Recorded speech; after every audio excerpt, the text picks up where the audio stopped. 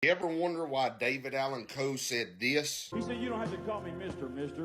The whole world calls me Hank." This is a really cool story. Mr. Gary Gentry wrote the song, and he's probably the world's biggest Hank Williams fan. Well, when he was a kid, he had a bicycle with a radio in the handlebars, and that's where he heard Hank Williams for the first time. Gary quickly asked his mom if they could go see Hank Williams live, but she told him that wasn't possible because Hank had died a few years earlier. But when Gary was 14, he and his mom and grandma loaded up towards Nashville with one plan in mind: to see Hank Williams' house. When they got to Nashville, Gary approached a man in a suit and asked him if he knew where Hank Williams' house was. The man in the suit said, "I don't know, but he probably does." And Ernest Tubb was standing next to him. And the man in the suit was Eddie Albert. Ernest gave Gary directions to Hank's house. Gary hopped in the driver's seat of the car and pulled right into Hank's driveway. His mom said, "You're going to get us arrested." Gary replied, "I've got to knock on the door and see if I can see the inside of Hank's house." So he did. The maid answered the door and politely invited them in. As Gary's mother and grandmother were looking at the kitchen, he went down the hallway. A lady stepped out of the bathroom in a bathrobe and said, "Son, can I help you?" It was Audrey Williams. Gary explained to Miss Audrey how big of a Hank fan he was, and she gave him the grand tour. She showed him Hank Jr.'s room and even the Cadillac that Hank passed away in. As they went to leave, Gary told Miss Audrey, "Thank you for showing me all of Mr. Hank's stuff." She said, "You don't have to call him Mr. Son. The whole world called him Hank."